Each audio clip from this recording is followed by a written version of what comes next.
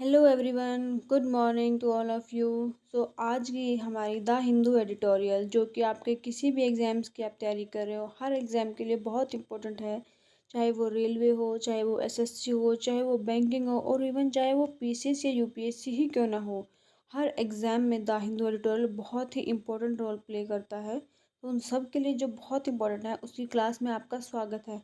आज सुबह सुबह हम लेके आए हैं द हिंदू एडिटोरियल से एक आर्टिकल और एडिटोरियल जिसका नाम है लेटर एंड स्पिरिट, जो कि पाकिस्तानी मुस्लिम वक्फ बोर्ड पे बेस्ड है। मुस्लिम वक्फ बोर्ड के लिए रिलेटेड ही अभी एक नई जजमेंट, नया चेंजेज आया है, तो उसके रिगार्डिंग ही ये आर्टिकल दिया गया है। तो आई होप कि आपको ये आर्टिकल पसंद आएगा, बहुत इंपॉर्टेंट है, तो स्टडी कीजिएगा। सबसे पहले हम इसके करेंगे वर्ड मीनिंग, देन हम बढ़ेंगे एडिटोरियल, फुल लेंथ एडिटोरियल पे, उसके बाद हम करेंगे समरी। तो चलिए बिना देरी किए हम शुरुआत करते हैं।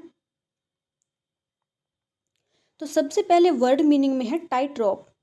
टाइट रॉप होता मतलब संघर्षपूर्ण स्थिति, एक डिफिकल्ट एंड प्रिकेरियस सिचुएशन, एक बहुत ही डिफिकल्ट सिचुएशन को बोलते हैं टाइट रॉप। टाइट का मतलब टाइट हो जाना, और रोप रस्सी के, रस्सी बहुत टाइट कर दी तो मतलब टाइट रॉप, एक डिफिकल्ट सिचुएशन। विंडिकेशन, विंडिकेशन होता है कि अपना औचित्य सिद्ध करना। Proof that something is right और जस्टिफाइड, प्रूव करना कि वो चीज़ जो है वो सही है और जस्टिफाइड है, उसको बोलते हैं विंडिकेशन। कि जस्टिफाइड, जस्टिफिकेशन देना, अपना राइट प्रूफ करना। ऑटोनॉमी, ऑटोनॉमी कहते हैं the right to self govern. Autonomy कहते हैं स्वायत्ता, the right to self govern. फेकेंड, फेसेड क्या होता है? Outward appearance maintain to conceal a reality. कि आउटवर्ड अपीयरेंस करना, किसी चीज़ को करने के लिए, रियलिटी को कंसील करने के लिए। बाहरी आवरण ऐसा पहन लेना कि जो रियलिटी है वो दिखे ना, उसको बोलते हैं फेसेड। कंसेंसस, कंसेंसस होता है सर्वसम्मति, कि सबकी सहमति है, जनरल एग्रीमेंट, के सब उसके लिए सहमत है, उसको बोलते हैं कंसेंसस। तो ये थे आज के एडिटोरियल के वर्ड मीनिंग, बहुत ही आसान आसान थे और आपको आई थिंक समझ में भी सबको ही आ गए होंगे। तो चलिए अब हम एडिटोरियल रीड करते हैं। तो एडिटोरियल का सबसे पहले क्या है, जो टाइटल है वो है letter and spirit on supreme court and Waqf amendment act 2025 judgment. जो वक्फ का अमेंडमेंट एक्ट आया था 2025 में, उसके खिलाफ सुप्रीम कोर्ट में,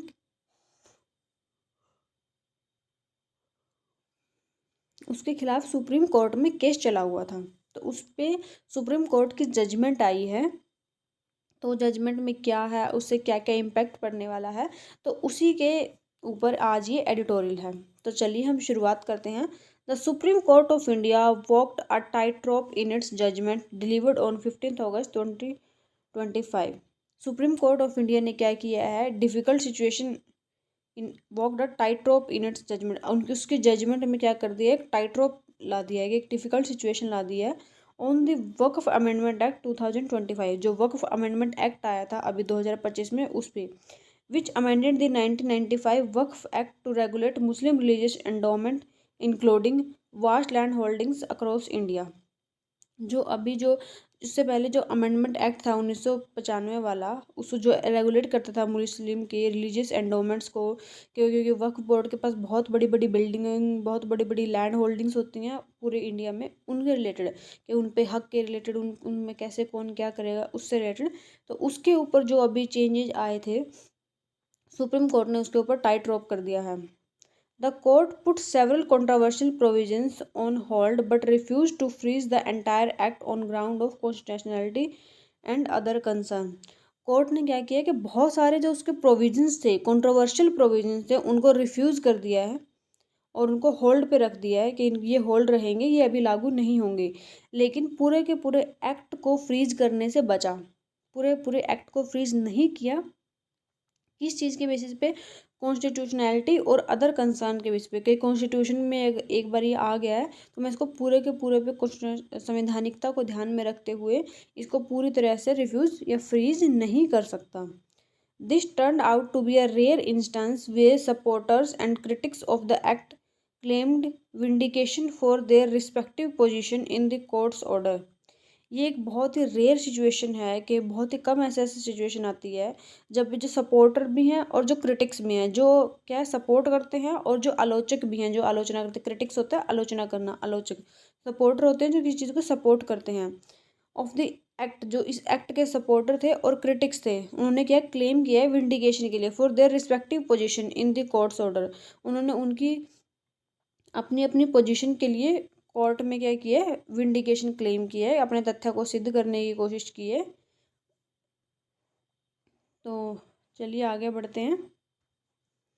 the government views the amendment as necessary to curb the alleged misuse and corruption under the earlier Waqf Act, while critics, including the Congress, see it as arbitrary interference in the affairs of Muslim community। तो supreme Court ने क्या किया है, supreme Court ने view किया है amendments को किस तरीके से, as necessary to curb the alleged misuse, क्या करने के लिए, एलिज्ड मिसयूज को दबाने के लिए, मिसयूज को दबाने के लिए कि ये चीज़ें नेसेसरी हैं, उसको सुप्रीम कोर्ट ने इस तरीके से देखा। और जो करप्शन था, जो पहला वक्फ बोर्ड एक्ट था, पहला जो वक्फ एक्ट, उसमें बहुत ज़्यादा करप्शन हुआ करता था, उसने उसको दबाने के लिए ये चीज़ें अमेंडमेंट को देखा है। लेकिन जो क्रिटिक्स थे, जिनमें कांग्रेस भी शामिल है, जो इसके खिलाफ थे उसमें कांग्रेस भी शामिल है, उसने क्या बोला, एज आर्बिट्रेरी इंटरफेरेंस, उसने बोला कि ये मुस्लिम कम्युनिटी के जो अफेयर्स हैं, पर्सनल अफेयर्स में, उसमें क्या है, एक आर्बिट्रेरी इंटरफेरेंस है कि ये उसमें इंटरफेरेंस की जा रही है। ये बोला सुप्रीम कोर्ट ने, बोला कि अगर इसमें चेंजेस ला रहे हो तो फिर ये ज़रूरी हैं, और ये पहले वाले में करप्शन वगैरह बहुत ज़्यादा था, तो उसके लिए जो ये चेंजेस आए हैं ये बहुत ज़्यादा ज़रूरी हैं। लेकिन कांग्रेस ने उसका खिलाफ किया, बहुत सारे और भी क्रिटिक्स थे कि ये जो आर्बिट्रेरी मुस्लिम इंटरफेरेंस है मुस्लिम कम्युनिटी के under. The court has now stayed the requirement that only Muslim practicing for 5 years can create waqf and the power vested in the district collector to adjudicate waqf property disputes। Court ने अभी क्या आदेश दे दिया है कि जो अभी जो नया वक्फ बोर्ड बनाने वाले हैं उसके ऊपर एक मिनिमम रिक्वायरमेंट लगा दी है कि सिर्फ मुस्लिम कम्युनिटी, जो मुस्लिम्स हैं जो प्रैक्टिस कर रहे हैं 5 साल से, जो मुस्लिम मुस्लिम प्रैक्टिस कर रहे हैं जो 5 साल से मुस्लिम हैं, सिर्फ वही वक्फ क्रिएट कर सकते हैं। ऐसा नहीं है कि तुमने आज धर्म चेंज किया और तुम अकल को वक्फ बना लोगे, नहीं। पिछले 5 सालों से तुम मुस्लिम होने चाहिए, 5 सालों से मुस्लिम प्रैक्टिस कर रहे होने चाहिए, तो आप वक्फ क्रिएट कर सकते हो। और जो हमारे डिस्ट्रिक्ट कलेक्टर हैं उनके अंदर पावर दे दी है कि जो वक्फ की प्रॉपर्टी से रिलेटेड कोई भी डिस्प्यूट होगा तो उसको डिस्ट्रिक्ट कलेक्टर हैंडल करेंगे। डिस्ट्रिक्ट कलेक्टर को पावर दे दी गई है कि कोई भी प्रॉपर्टी डिस्प्यूट होगा डिस्ट्रिक्ट कलेक्टर के अंडर जाएगा। It also kept non Muslim members to 4। इन्होंने क्या किया है कि जो नॉन मुस्लिम मेंबर्स हैं उनकी संख्या को 4 कर दिया है वक्फ बोर्ड के अंदर। कि कौन से वक्फ बोर्ड के अंदर, सेंट्रल वक्फ काउंसिल के अंदर, and 3 in state board. State board में जो संख्या थी वो 3 कर दी गई है, और जो सेंट्रल वक्फ काउंसिल है उसमें नॉन मुस्लिम मेंबर्स की संख्या 4 कर दी गई है।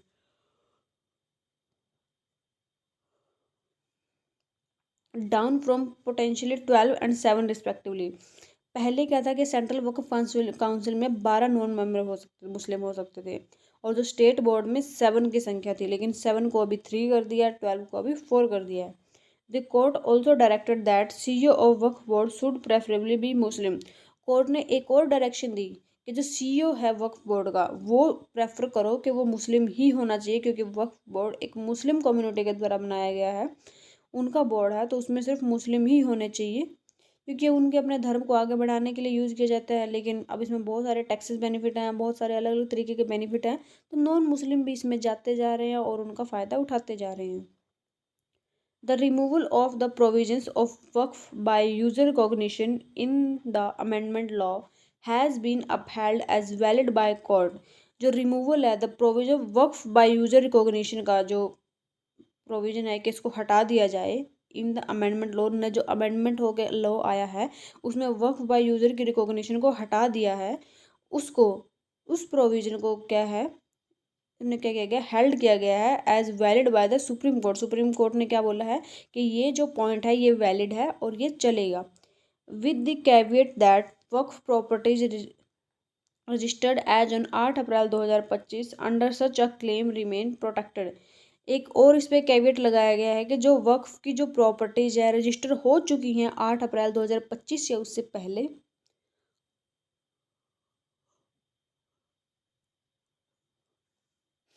उनको क्या किया गया, उनको सच अ क्लेम रिमेन्स प्रोटेक्टेड, वो ऐसा क्लेम क्या होगा, प्रोटेक्टेड होगा। Restrictions on Waqf status for protected monuments and tribal lands were deemed constitutionally valid. जो रेस्ट्रिक्शंस हैं वक्फ स्टेटस पे, जो प्रोटेक्टेड मॉन्यूमेंट्स और ट्राइबल लैंड्स पे, उन पे जो वक्फ का स्टेटस है उसको क्या है, कॉन्स्टिट्यूशनली वैलिड बोला है कि हाँ ये ठीक है।